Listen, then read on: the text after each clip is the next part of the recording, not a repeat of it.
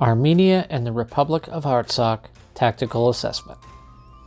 We have just taken a look at the armed forces of Azerbaijan in our last video. Now it is time to take a look at their adversary, Armenia and the breakaway Azerbaijani region of Nagorno-Karabakh. The ethnic Armenians that live in the area call it the Republic of Artsakh. Both Armenia and the Republic of Artsakh have their own forces available, but they are essentially allied in every way possible. For Armenia, they have three services for their armed forces: the Armenia Army, Air Force, and Air Defense Forces. The Armenian military is at a significant disadvantage against Azerbaijan. They have a smaller force to start with. They have a much smaller budget, unlike their neighbors in Azerbaijan. This hampers their ability to buy more advanced weapons and weapon systems. Their equipment showcases this lack of funding with the older systems in their inventory. The Armenian army is similarly equipped like many of their former Soviet counterparts. Small arms such as AK-47s, AK-74s, RPKs, RPG-7s, and other similar assorted small arms. The backbone of their army is going to be the venerable T-72. The Armenian army is said to have around 100 of these, of which they were upgrading them to the newer B3 version, which will provide more defensive systems and a different engine. They also are equipped with the T-90 in much smaller numbers. It is estimated they have around 30 of these tanks in service. With such small numbers, they more than likely will not want to commit them to combat unless their home soil is truly threatened. Their tanks will be supported by a variety of infantry fighting vehicles and support weapons. The most numerous of these will be the BTR-80, followed by the BMP-2 and BMP-1. While these are not tanks, the ability to get growing troops to the front in these will be a great benefit. The additional use of these as scouts and in anti-tank roles will also have to be considered. The BMPs especially will have to be considered for this with their lower profile and ease of concealment over the BTR-80. The BRDM-2 Armored Scout will also be available in significant numbers, many in the anti-tank role. Small and light and able to sit in ambush in the mountainous terrain of Nagorno-Karabakh or in the interior of Armenia itself. Some older weapons may be used in support if the need is great. The Armenians are equipped with a sizable number of MTLBs and the older BTR-60s. Getting soldiers to the front with some protection will only enhance their defense. The Armenians are clearly outgunned in their artillery. The most numerous of their artillery units are of the towed 122mm variety. Such former Soviet equipment like the D-20 and the D-30, along with the M-30 and M-46, or similar weapons in various calibers ranging from 85mm to 152mm. While older and much more cumbersome to move, they can still prove effective with the ability to have many sites pre-sighted for defensive fires. The Armenians are very lacking in self-propelled artillery. They only carry maybe 10 of the 2S1 and around 28 of the 2S3. While still capable, they will not have the capabilities of such units like the SPGH Dana and the 2S19 systems in operation with the Azeri forces. Their most modern and capable weapon systems will be with their mobile rocket artillery units. The Armenians have the BM-30 Smerch system, along with a Chinese variant of the same variety called the AR-1A. They also are reported to have the Russian BM-27 Uragan, along with a small number of the Russian TOS-1. Their most numerous MRL will be that of the BM-21. This MRL has been a mainstay of many former Soviet armies for decades. While not the most modern of weapons, they are still very effective artillery pieces and can be employed quickly and move shortly after firing to keep them safe from counter-battery fire. The Armenians are armed with a small number of theater ballistic missiles: the SS-26 Stone, the SS-1B Scud, and the SS-21 Scarab systems. Little is known of their inventory of missiles. However, unless their home territory is threatened, these will more than likely not be employed, as their use may cause an international incident if used against larger Azeri targets in Azerbaijan itself. For more information on theater ballistic missiles, see the earlier video, Ballistic Missiles, fire for effect, or ineffective failure.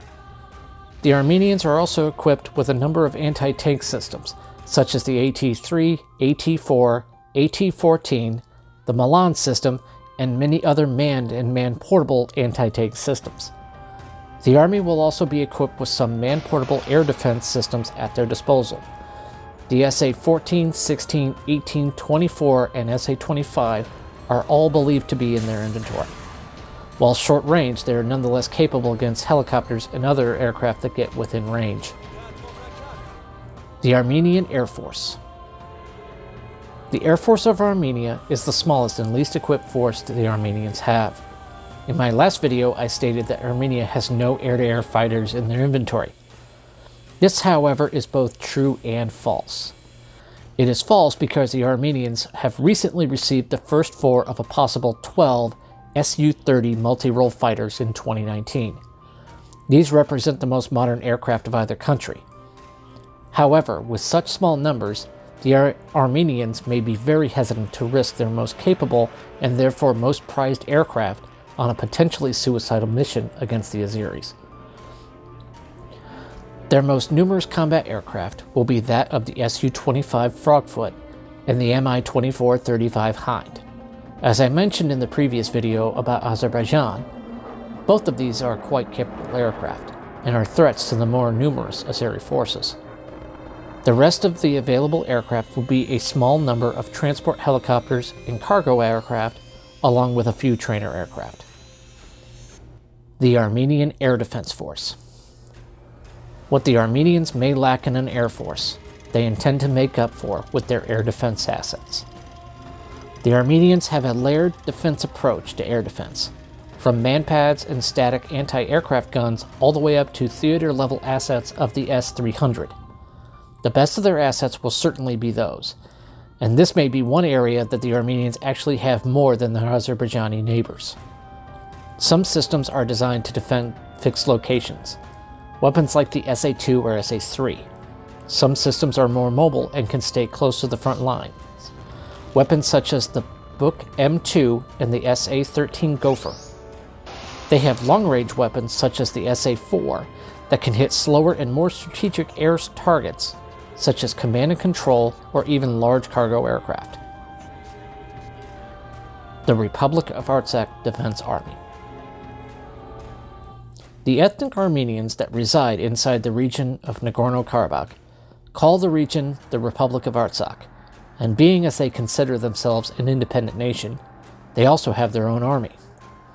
How much independence and interoperability they have with the Armenian army is a topic for later. They, like the Armenian army, do not have the resources to field as large or technologically advanced military like Azerbaijan can. However, they do have some fairly large numbers of tanks and artillery pieces to be a fairly robust fighting force of their own. Estimates show the Artsakh army having over 350 T-72 tanks in their inventory, along with 300 assorted artillery pieces and 200 to 450 armored vehicles. This would put their equipment and manpower somewhere within the realm of a former Soviet motor rifle or even a Soviet tank division in terms of weapons and strength. The Artsaks also do have a very small air force consisting of a pair of Su-25s and perhaps 4 Mi-24s and 5 Mi-8 HIP helicopters. They are also believed to have 4 Armenian-made Krunk UAVs as well. Final assessment.